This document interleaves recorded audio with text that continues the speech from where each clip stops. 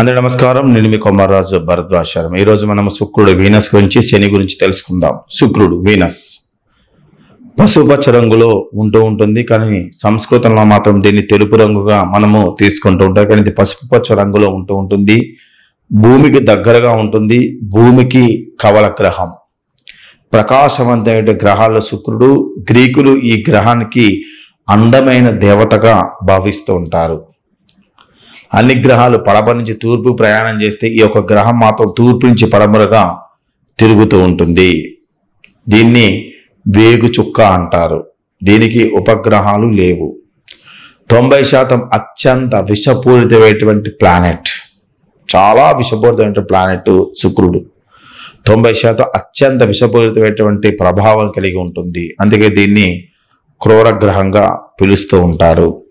సౌర కుటుంబంలో అత్యంత వేడి గల గ్రహము +450 డిగ్రీలు సూర్యుడి యొక్క వేడిలో సగభాగాన్ని కలిగి ఉన్నటువంటి ప్లానెట్ శుక్రుడుగా చెప్పబడుతూ ఉంటుంది.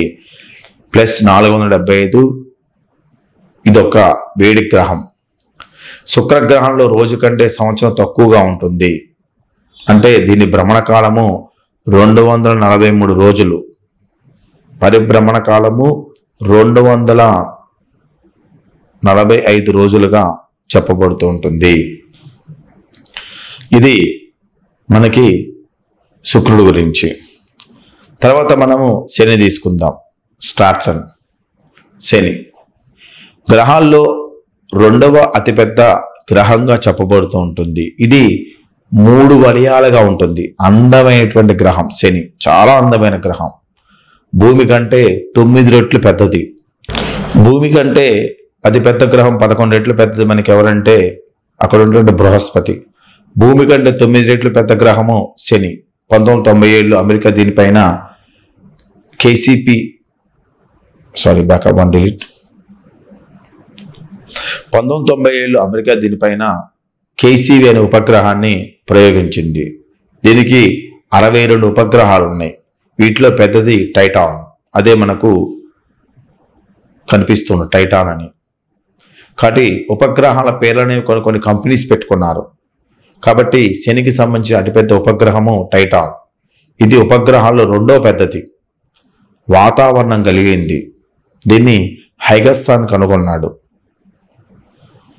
ఇతర ఉపగ్రహాలు దీనికి టైపీరియర్, టైథిస్, మియాన్, ఫోబి తదితర ఉపగ్రహాలు దీనికి ఉంటాయి.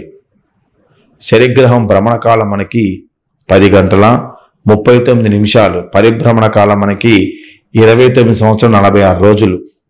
29 సంవత్సరాల 46 రోజులు అతి ఎక్కువ పరిభ్రమణ కాలం. అంత ఎక్కువ స్లోగా తిరుగుతుంది. అందుకనే మందగ్రహం అంటారు.